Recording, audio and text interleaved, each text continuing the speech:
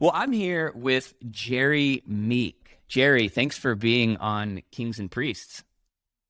My honor to be here, Michael. Thank you for the opportunity. Absolutely. And you are in Phoenix, Arizona. Is that correct?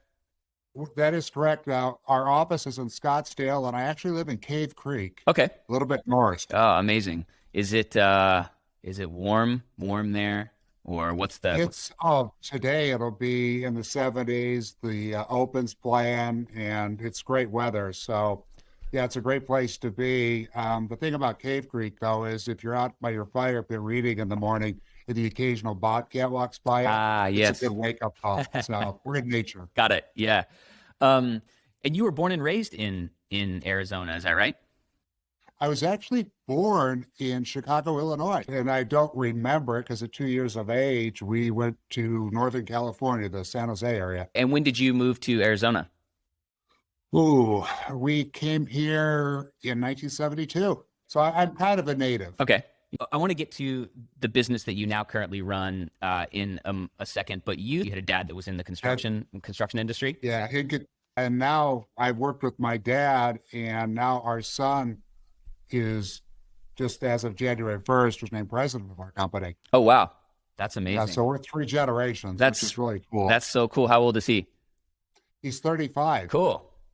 So are you still pretty active in the business? I am, but I think at this season of my life, I've got the option to focus on what's really important, what moves the needle, if you will, Yep. and more strategic, less tactical. I still remain as CEO of the organization, Okay. and we've also have a concierge division, which takes care of the homes we have built, and now we're actually serving other clients of homes we did not build. Oh, cool. Okay. So it's still your main focus is still building the business, growing the business.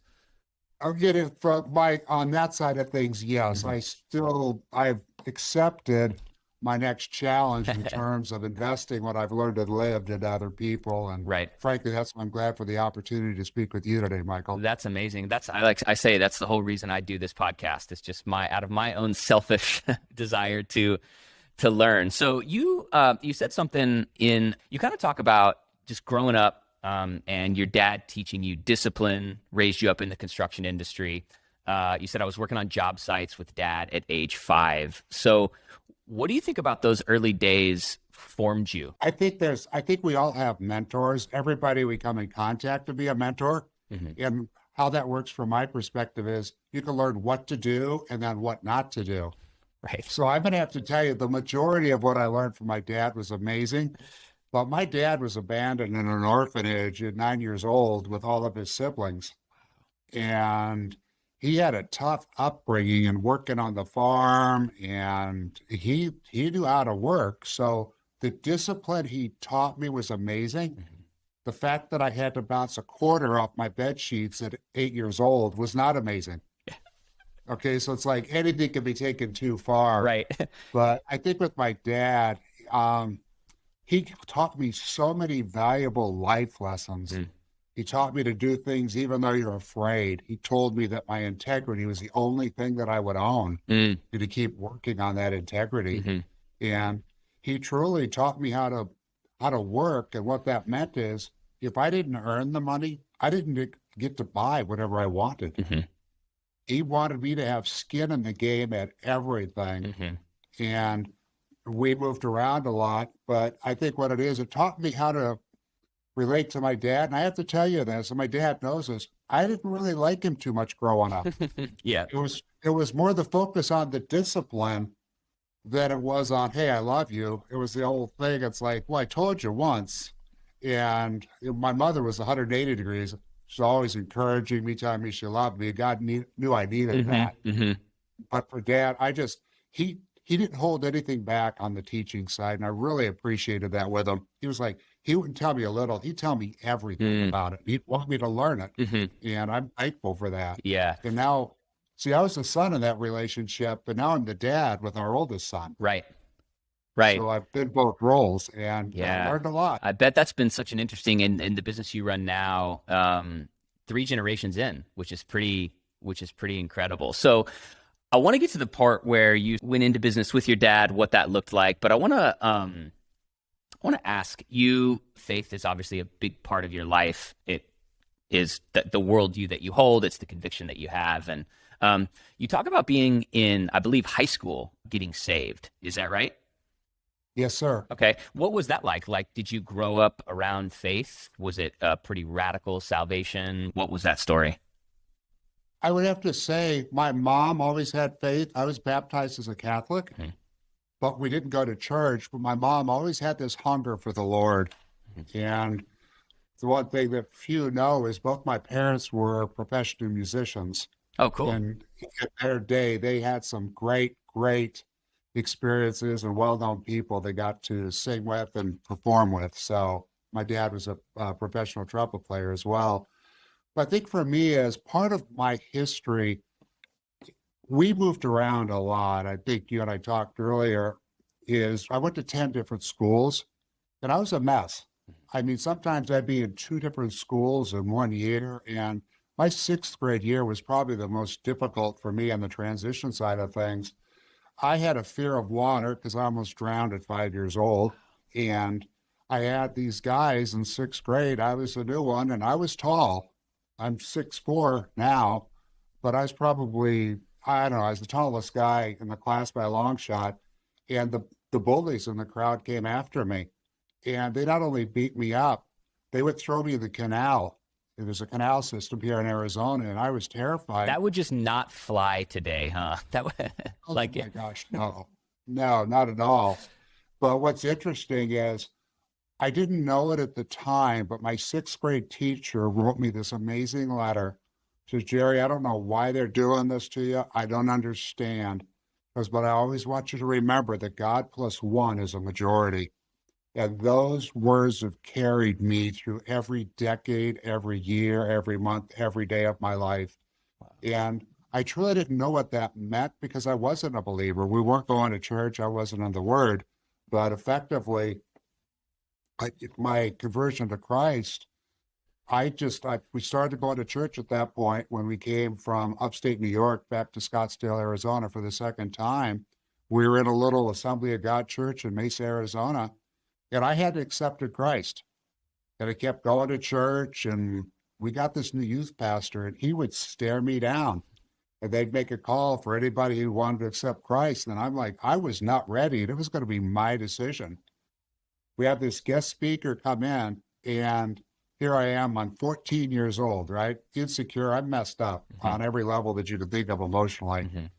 And he made this case about what it meant to be in heaven for eternity. And he said, it's pretty easy. He goes, do you want to spend your life in heaven or do you want to burn in hell forever? And that was not a hard decision for me. Right. Like, let's see, eternal life with the Lord, burn in hell. It's like, nah. Yep.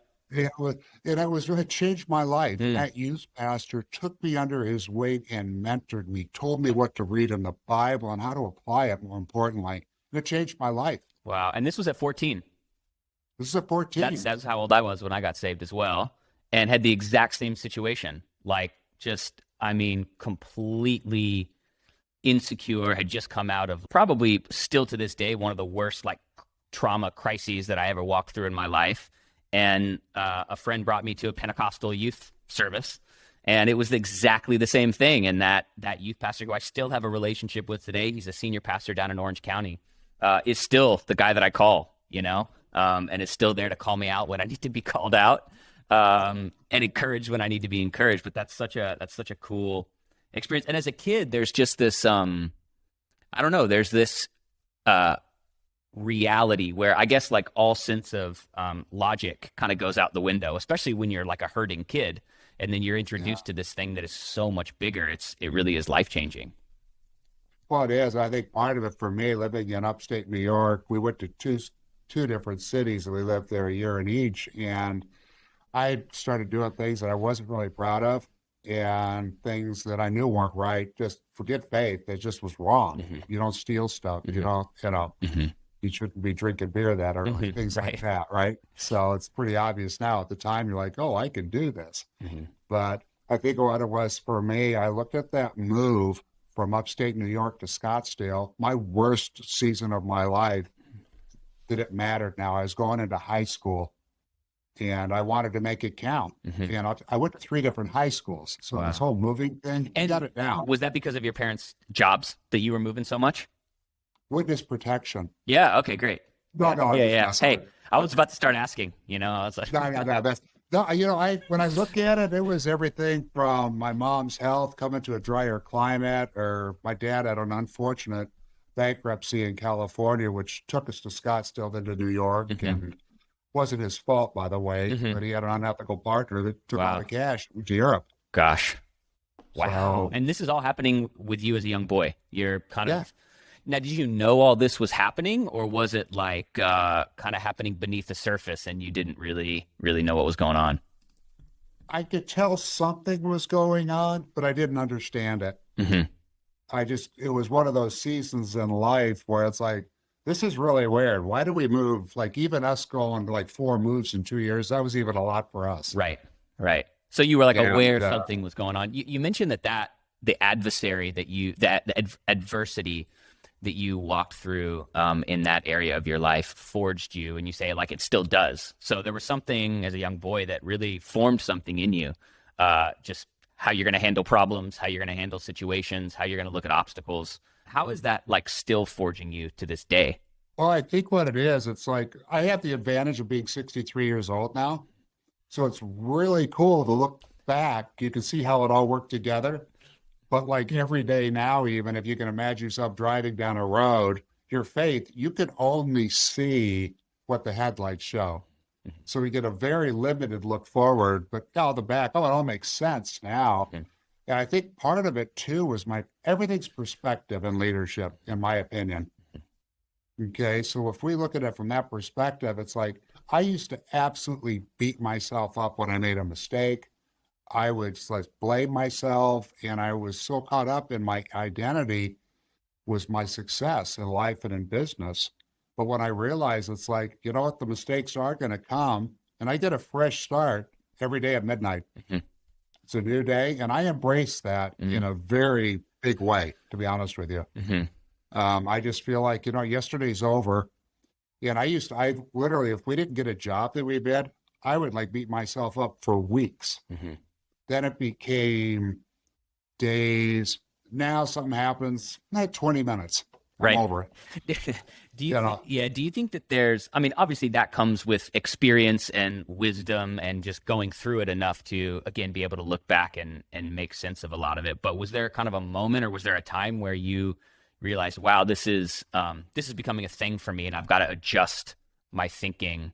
And what did that look like? What did that process look like? Well, I think it started out with that youth pastor. He didn't ask, he made me read the Gospels over and over and over again. And it was interesting. So many times we look at what can't be done. Through all that, I got this new perspective of what can be done with God's help. And for me, it was when I said, you're going to be salt and light. And when I really researched this, okay, like I'm 15, 16 years old now, and I've got this old Ryrie study Bible with those tiny notes that I can't read today, by the way, because they're so small. And it talked about letting your light shine. And what that was in the old time when it was written, you would put your candle on a lampstand and put it all the way up to the top of the building, to the ceiling, so your light would shine brighter. And that really challenged me in a way to think, no matter what I do, I've got to be the absolute best at it. And I was so focused on what I couldn't do. I had no money and I hated being broke. And one of my early successes, and I don't even know if people know what a Corvair truck is. I was one of the 4 people that bought one and used it. Okay. But I rebuilt the engine at 14 years old, and I hired a man who was a recovering alcoholic to drive it for me. So at 14 years old, I started a tree trimming landscape business. And I crushed it. And it's like, that wasn't that hard. Instead of looking at what I couldn't do, I couldn't drive. Well, how do you solve that? There's always an option out there. So that's interesting. And I want to go a bit deeper there. Was that so at 14, when you make this decision and you do this, is that something that was like innate to you? Because I think a lot of times, every time I talk to an entrepreneur, it seems like they were tinkering with stuff when they were young. Were you like thinking about business from a really young age, or was that something that you like just saw, or your dad taught you, or was that it's just in you and this is what you were going to do? I think I don't think it was, I didn't have an entrepreneurial seizure, and I still don't. I mean, some guys are just serial entrepreneurs. I'm not that guy, but what I did, I hated being broke. It's like, it's just wrong. And it's like, I had to figure out a way to get out of that situation. And, I'm selling greeting cards door to door at 7 years old.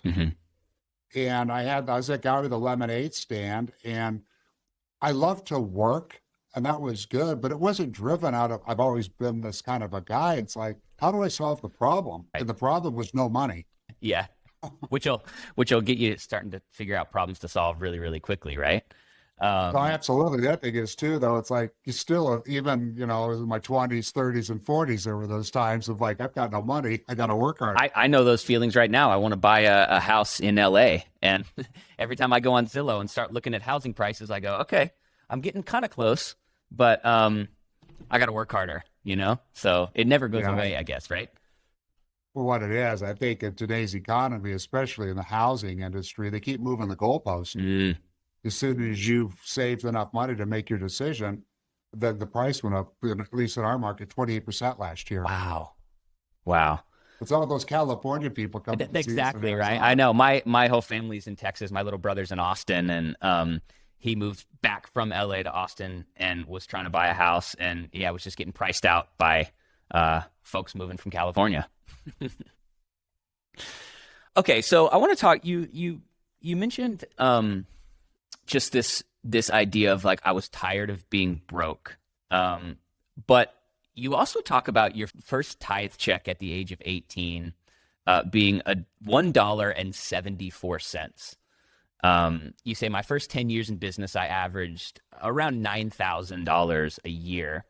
And talk to me about that. I actually, this quote struck me because I think this was like, at least in all I was reading about you, kind of the first, it was the first mention of money. And you say that in the context of a tithe check, which I think is just absolutely amazing. You were tithing at a young age. Talk to me about that. Was that like a revelation that you had early on? Break that down for me. I don't think it was a revelation. I think God sends people into all of our lives. It's just, are we willing to listen and hear them? It's the old adage, the teacher appears when the student's ready.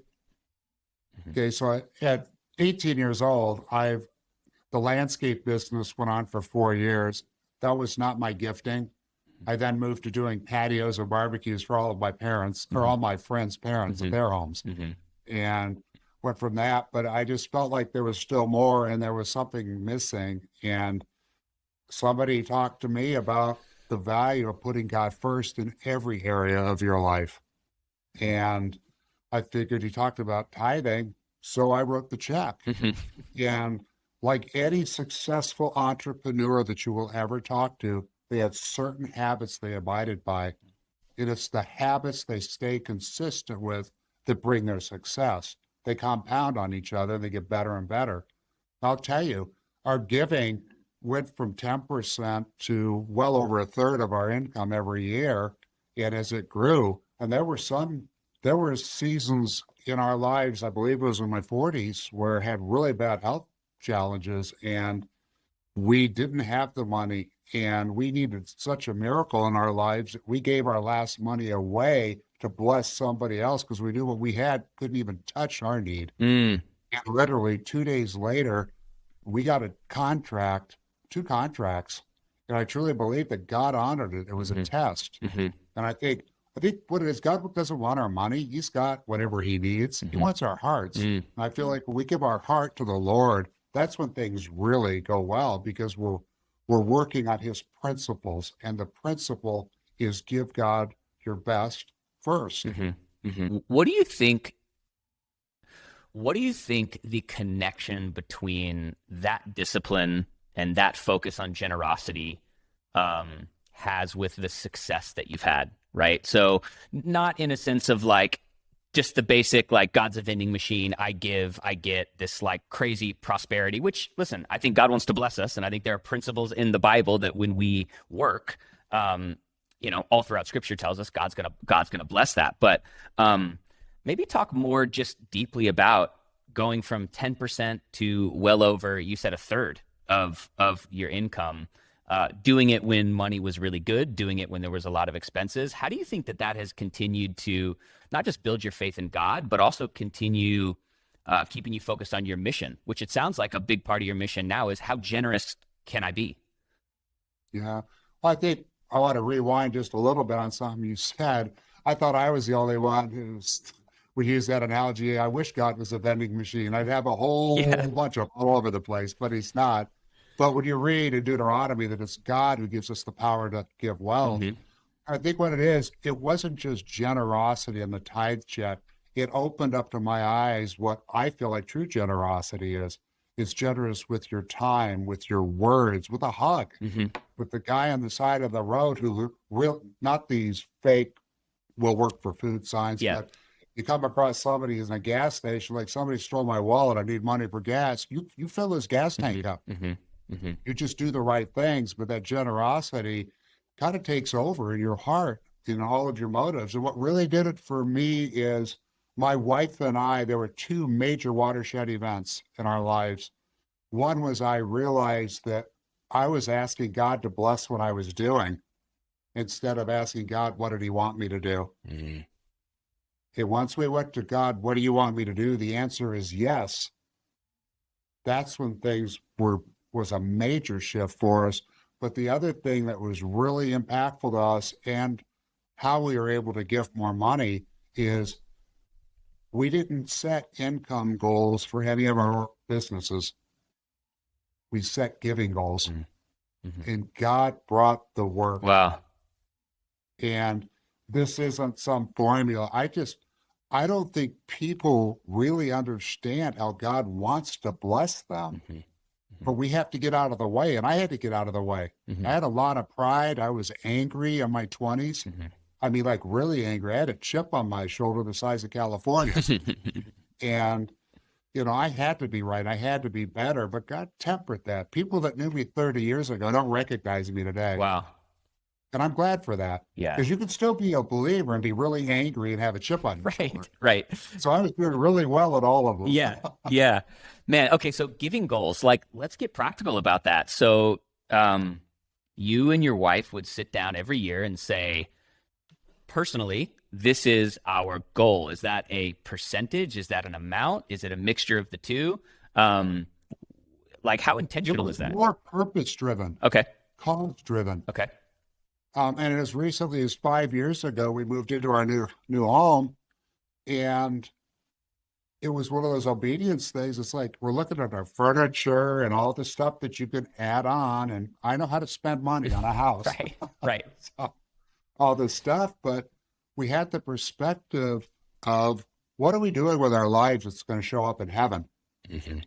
So do we need to spend X dollars on a couch, or do we keep what we have and keep supporting that orphanage in Haiti?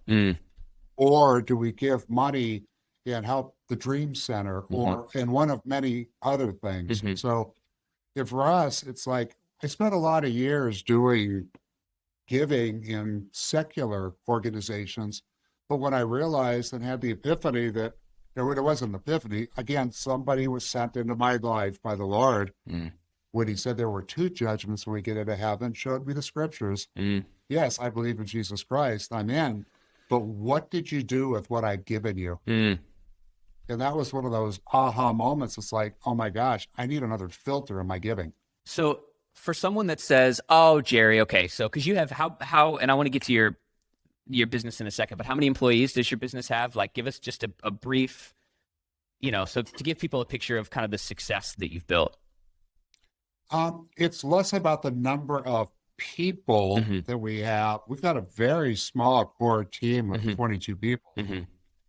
But what we have done is we've created leadership and organization and process that allows us to build some of the biggest homes built in the country here in Arizona. We only build in Arizona, for clarity. Got it. Okay. But Okay. we've done homes that are much larger than the White House, Wow. to give you context. Yeah. And I think what it is, it's like a lot of people want to scale their businesses.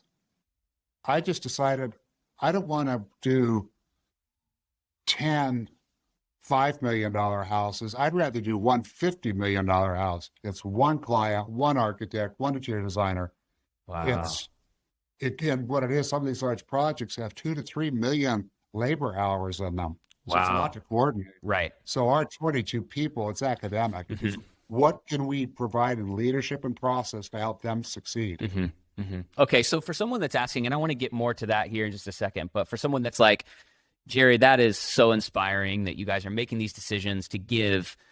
Well, I'm, 26 years old, starting my first business. I got, $5,000 in the bank and I'm living month to month.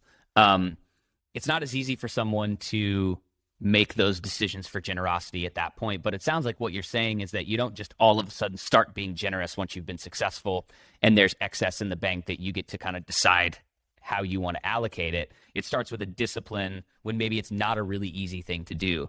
Talk to me about that and maybe just the importance of what that has been like in your journey, because I think that's really important for a lot of people. It's easy to say one day win, but I don't think that just automatically comes out of nowhere. No, it doesn't. You have to make a choice. And I think that's what the big thing is.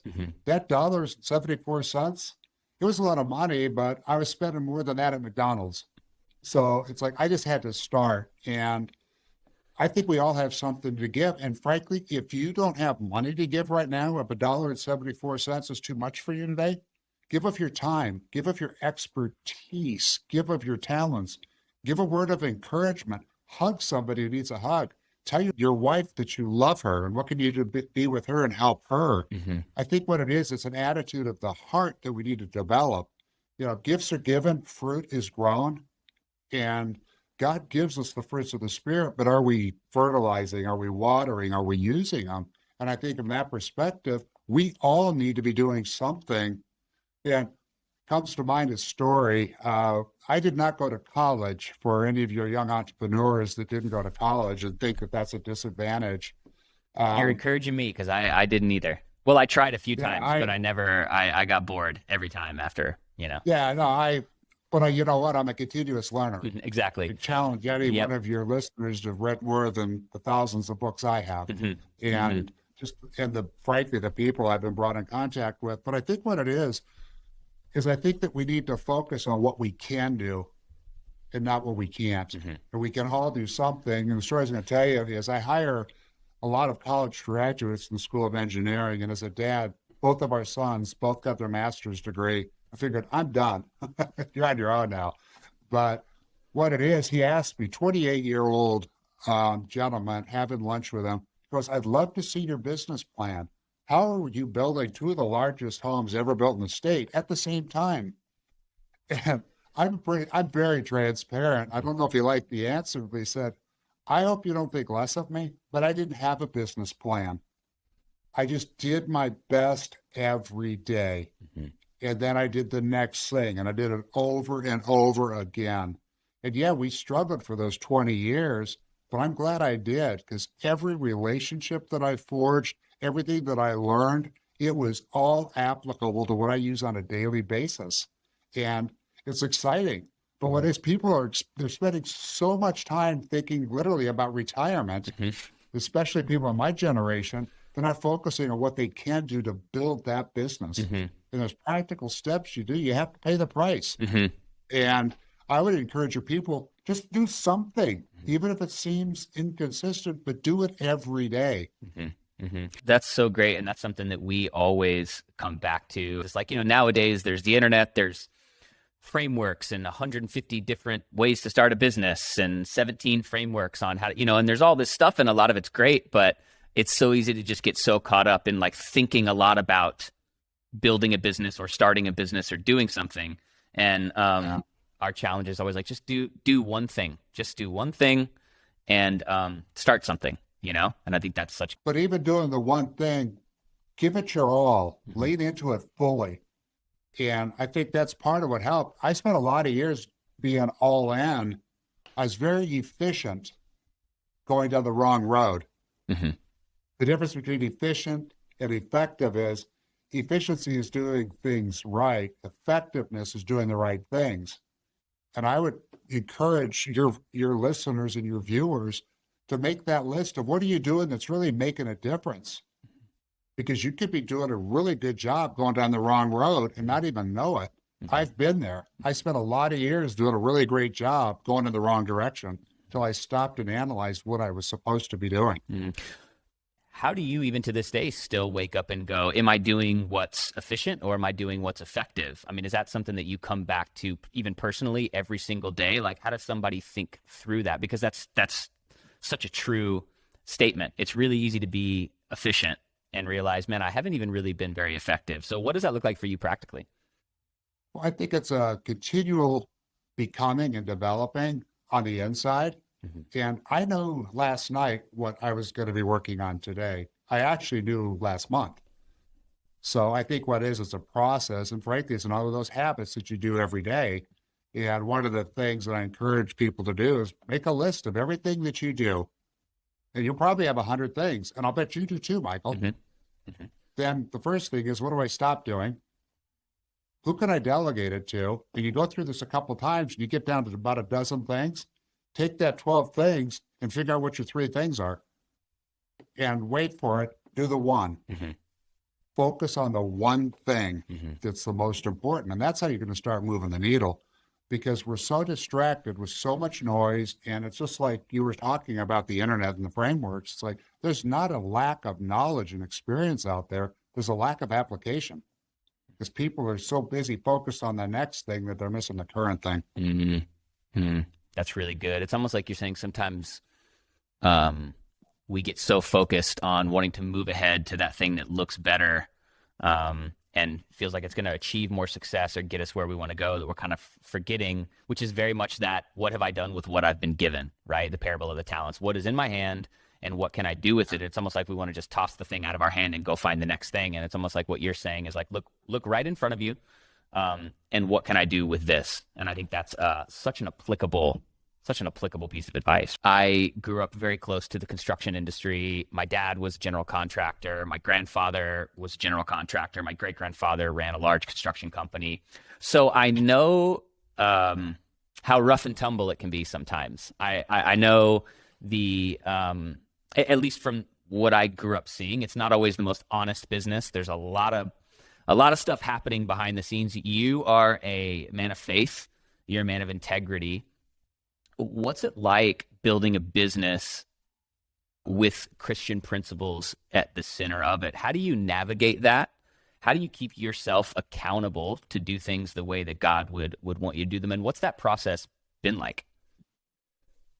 It's been a long process, and it's changed over time. And yes, there's a lot of I'll say it's not as bad as it used to be, in my opinion. Mm-hmm. But part of the whole motivation for getting into this business was to bring integrity into a great industry. Mm-hmm.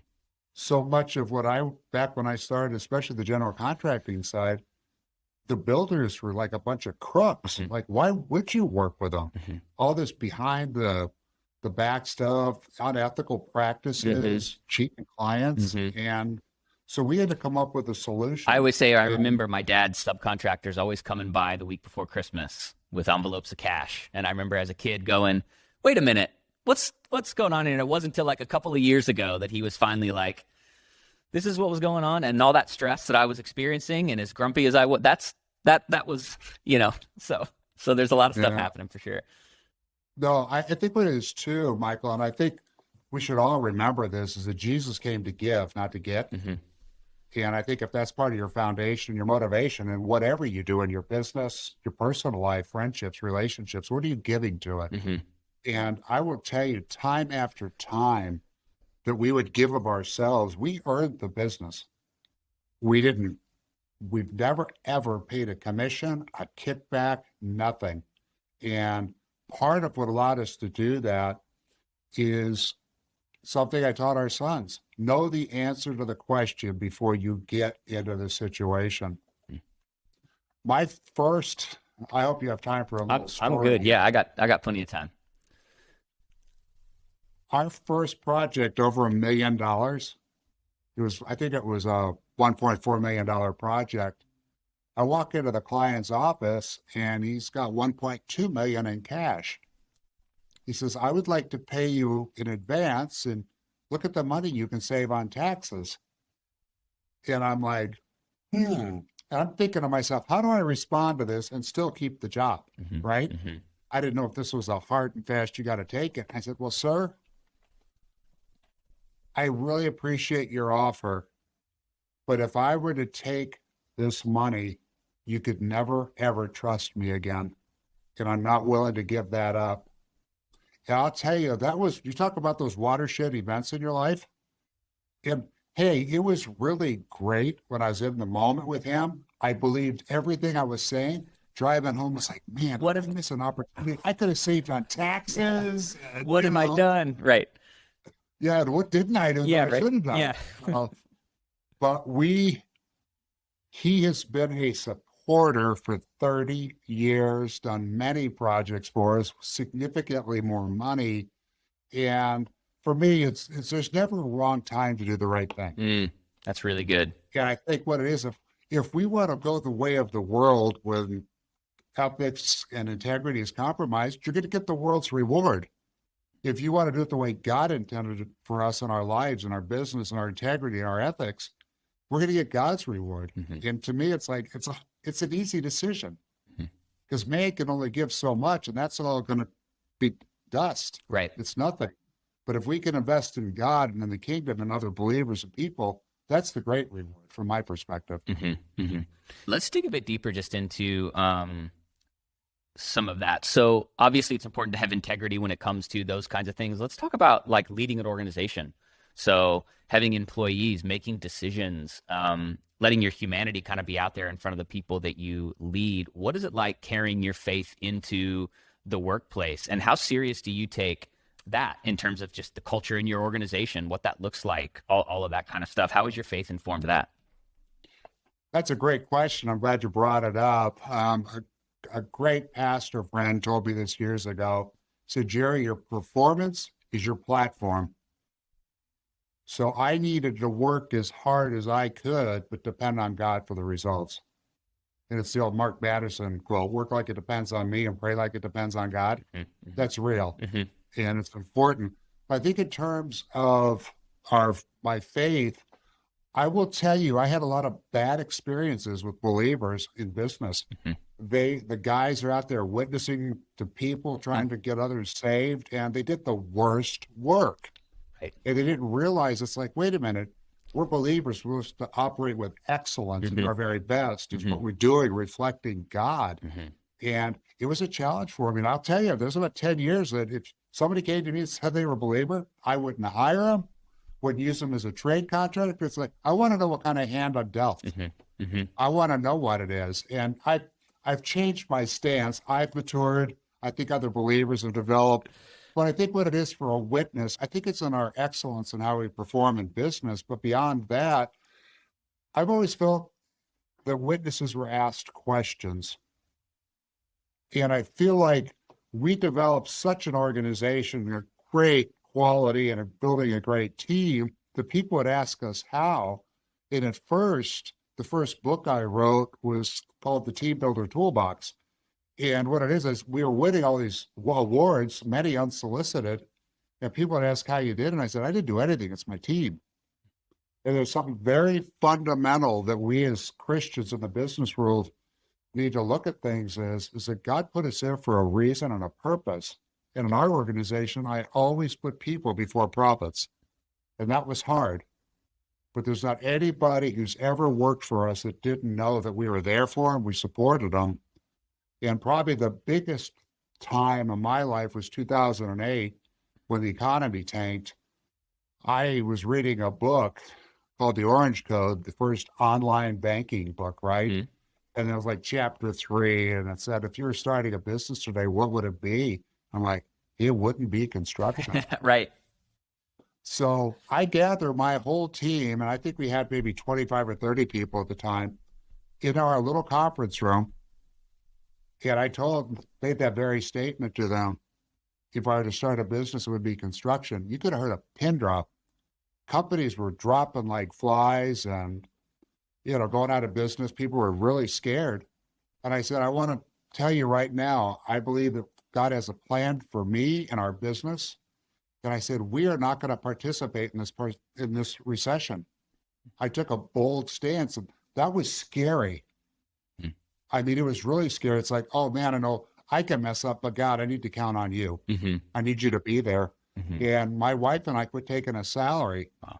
I said, we're going to do this. And it was hard. People think, oh, that was easy. Back then, we didn't have all these reserves or 401ks we could cash in. Mm-hmm.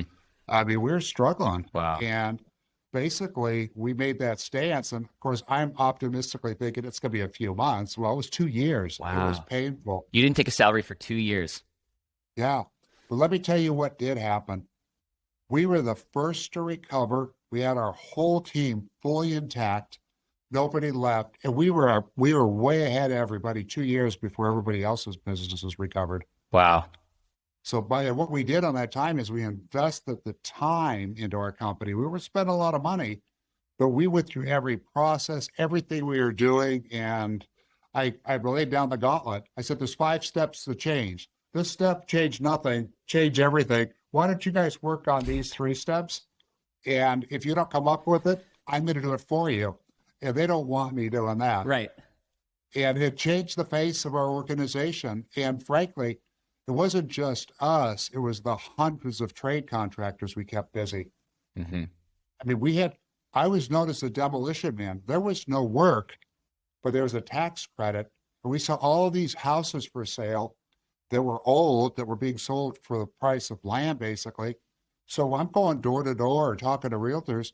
We're salvaging the houses. They get a great tax deduction, and I'm keeping our guys busy. Mm-hmm.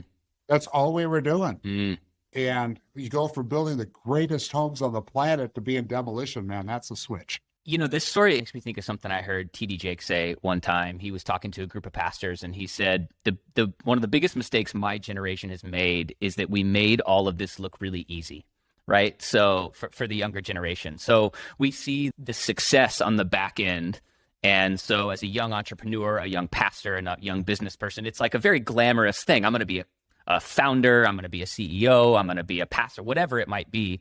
And oftentimes we overlook those kind of decisions where you kind of being the leader means you take the weight of not just yourself and your family, but really the entire organization and the people in the organization on your shoulders. Talk to me about that, because I think that's often such an overlooked truth in the idea of business building. I think what is too, as a believer in business, we have to remember we have a partner. Actually, the owner of our companies, the earth is the Lord, the fullness thereof. I'm just stewarding this business. It's God's business. But we have a partner that has unlimited resources. If somebody were to tell my story about how we built for most of the billionaires in the state of Arizona, that I lived in a trailer growing up, that I was bullied, there was nothing that I had on a resume that could have inspired these people. But in Proverbs, where God takes the heart of the king like water, I believe God opened those doors and brought those people to us. Every one of our clients is a household name, and everybody listening to this has used more than one of their products. Number one in the majority of the industries. And how this high school educated, insecure, bullied kid with all my messed up fears and everything got the opportunity. It was all God. But I think what it is too, though, is we don't hear a lot about building on failure. We don't hear a lot about paying the price. We all look at the nice cars, and honestly, even for pastors, there's such a celebrity now attached to it. I think it hurts, instead of the man who goes into ministry, who loves the Lord, wants to help and serve people, all of a sudden he's forced to create a brand. That brand turns into the celebrity, and then wow, that's when stuff happens. Mm-hmm, mm-hmm. And it's hard for all of us, but there again, it goes to perspective. What is your motivation? I want to do things that impact the kingdom of God. I'm not a car guy. I live in Scottsdale. I don't golf. I You don't mean, golf in Scottsdale. no, I'm not letting my wife listen to this podcast because we just re-looked at the golf budget, and let's just say I'm not good enough to be spending as much money as I'm spending on golf these days. So all I can tell you is I don't know a really great entrepreneur who's any good at golf. So do you want to spend your time getting your golf game, or do you want to build your business or what business is? And from my perspective, dang, anybody, I wanted to be encouraged today, not rebuked. No, I'm kidding. I'm well, kidding. I'm I going love to encourage you that it. anybody who's good at golf is on TV. Okay. Yep. And by the That's way, so I good. tried to learn golf. Yep. Yeah. Yeah. My wife took me out on my birthday the year after taking like 10 lessons. She let me win. I knew there was no hope because she'd never played before. So I definitely, like, I'm not wasting any more time on this one. Yep. That is so great. This part's getting deleted from the podcast. Okay. Okay. Do you have a few more minutes? Because I want to jump into. Okay. Okay. I'm here for you today. That's Oh, great. amazing. I want to ask a question first about the businessman, the entrepreneur, and their role or relationship to the local church. So a lot of what we talk about on this podcast is how do business people, business owners, startup founders whose lives are busy, who have a lot going on, oftentimes we find that those people basically they're asked to serve in their giving, right? And maybe they don't have time to serve on different volunteer teams, or life looks different for them. So how do you think somebody who is building a business on Christian principles, what does their relationship look like with the local church? How do they serve their pastor? How do they serve their church in the gifting that they have? I think you can envision this glass wall between the pastor and the business guy, and it's real. It's real. The pastor's afraid to let the business guy in because he'll want to change everything's going on. And the business guy's a little cautious because, like, he doesn't want to change his life too much. But I think what it is, and I've served on some boards for large organizations, and I think what it is, we have to remember that the pastor's a human being and the business guy's a human being. And we as a species relate on a personal level, heart to heart, if you will. And I think from that perspective, what I see is I think everything should go through the local church, just so I'm clear. The business guy, in fact, I don't know the exact statistics, but more money is given outside the church than inside the church. And I think what it is the church is afraid to have a relationship with the business person. I get tons of calls to come to things just because they want me to write a check.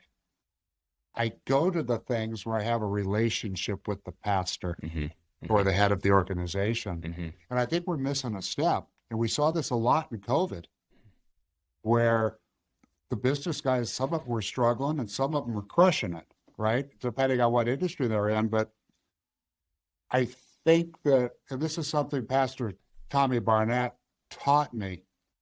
Legend, That is a absolute man legend, who- by the way. Oh, he is. He's made such an important and positive impact on my life. He's a dear friend, and he just is. He's the real deal. And I hope to have just a fraction of the impact that he's had with my life. But what it is, the business people need help during this time. We need help every day, by the way. We need to know that there's somebody praying for us. And I think maybe the pastors and leadership needs to take a step back. How can I get the business people to give? But how can I help them? Can I pray for their business? Can I pray for their kids? Do you have any struggles in your life that you think I can help with? I think any guy or woman who's had a modicum of success kind of knows that you guys have projects going on. Right. There's no mystery. That's not a mystery. Yeah. Yeah. Don't lead with that. Yeah. But if you can, like Jesus came to give and not to get, I think it's important that we remember that with people in the church. And a mutual friend of ours, I believe, Lito Main, Church of the Highlands legacy pastor, that's his whole ministry, bringing the believer and the business guys both the same together. because the pastor can have all the vision in the world, but if they don't have the money, they can't fund it. It's the business people that set the pace of what you want to do as a pastor. And we need each other, because for me, and it was because of Pastor Tommy Barnett, the most fulfilling things I ever did from a financial standpoint was the kitchen we put in at the Feed Extreme Center and the rooms for human trafficking. And what's beautiful about that is every day something good's happening down there. Even if I didn't make money on a Tuesday, somebody's getting fed, somebody's off the streets. And I think that's what business people need to know is, hey, I could make a difference, not just for today, but for eternity. And I think that's the message we need to communicate. I think that's so true. Oftentimes, in ministry, it's easy to inadvertently, use the business person, right? Use the business person for their finances, for their expertise, for their advice, without just going like, how can I serve you? And I think that's such a really good point, is just remembering that, like you said, we're all human. We all have struggles. And sometimes what that business person needs is just a text that says, hey, I'm praying for you. Here's a scripture. And stuff like that goes a long way. No, you'd be amazed. And I challenged a group of pastors about this during the pandemic is, how many of you called your givers and thanked them, checked on them? A lot of pastors were so caught up in their struggles that they lost the focus of being grateful for what God had done in the past, because there was, for all of us, we were fortunately an essential business in Arizona. We got to keep working, but it wasn't that way for everybody. Yeah, man, that's really good. Talk to me about Glorious Reflections. So you have a community called Glorious Reflections, an online community that helps overwhelmed Christian business leaders rediscover their eternal purpose and find unending joy in their life and leadership. Talk to me about that. Where did that come from? I think this was part of something that happened back in 2015 that I knew God wanted me to do something different, and I didn't know what. But I knew it was a time of simplification, a time of preparation, and we did what we felt we were supposed to do at that time. And in looking across, in fact, reflecting on my own life, I realized what I didn't have available to me. I didn't have that person I could go to or that encouragement that I needed. And from that perspective, I feel like so many people I come in contact are chasing this mirage of the bigger house, the faster car, the new wife, or whatever. I mean, it's out there, it's real. And I think what it is, it's who do you want to resemble with your life? Because that chasing, it is a mirage. I've known so many people that made the money and the things the goal, that they lost themselves in it, and they need to become bigger on the inside than the outside.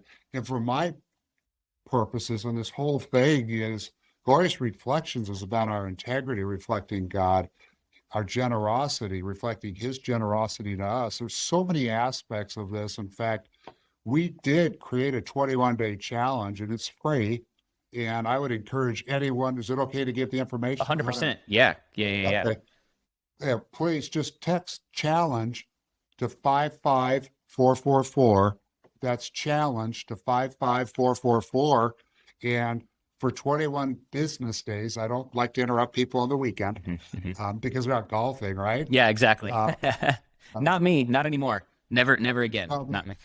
I would really encourage people to go through this because it helped me. And it's some of the things I talked about earlier about your priorities or what do you do, or even in business, what are you going to stop doing? It's so easy that we take things on. But I think we all need that foundation of, what do we want to reflect? And for me, I want to reflect the Lord's love, his integrity, his kindness, his generosity, his compassion. And I think when I'm focusing on that, that is a principle that will last forever.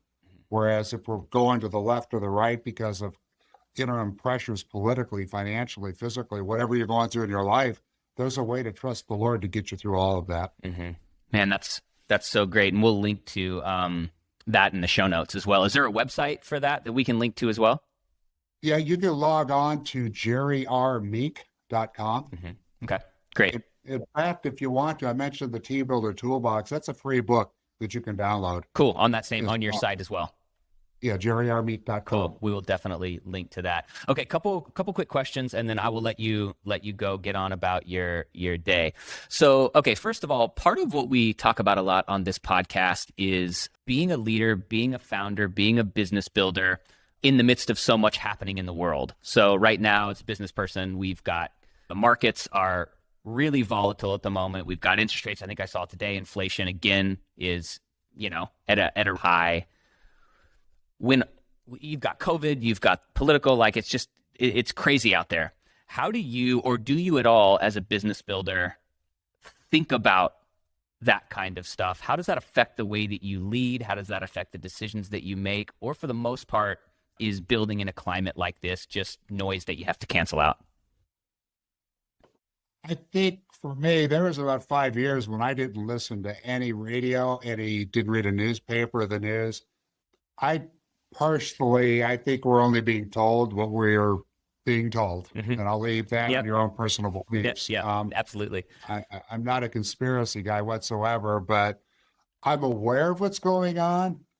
But I believe on our Lord Jesus Christ, who's given us a path on what to do right every day. And in the end, that's what's going to matter.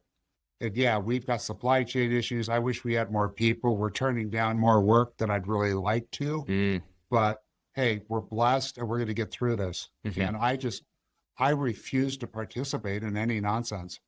And nonsense is stuff that doesn't align with the Lord's purposes and his word. Okay. Lastly, what is one thing that any young entrepreneur, young business owner, someone who wants to start a business, what is one book that you think they should read? You mentioned you've read thousands. Give us like one thing we should all read in the next month that can help form the right perspective in our minds. It could be faith-based, not faith-based, whatever you want it to be. So I'm going to struggle with this answer, being transparent. I've read Darren Hardy, every John Maxwell book. John's a friend, and I try and meet the authors, but I have to tell you, if I was to tell you to read one thing, I would get the Message Bible and read one proverb a day. It will talk to you about how to be a man who's diligent in his work will stand before kings and not mean men. It shows the value. The horse is prepared for battle, but victory belongs to the Lord. We need to encourage ourselves in the principles. And the thing that was really revelatory to me about the Proverbs, that was God's law long before Jesus came into the scene.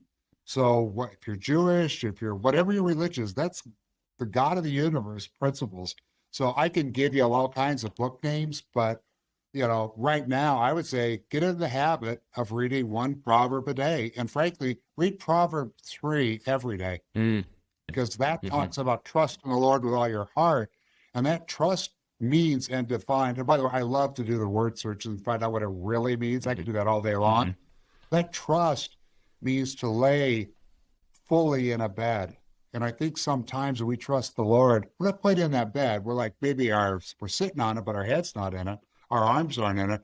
But when we trust fully in the Lord, that means after we've gotten all the wisdom that it talks about in chapter 2, we take what we know, then we trust God to give us a solution. So probably not one of the best sellers you were thinking about, but I go Proverbs one a day. Best seller of all time, right? The Bible. Jerry, honestly, thank you so much for your time. This has been so helpful, so insightful. We'd definitely love to have you back on again as well. So my honor. This was. Let me know.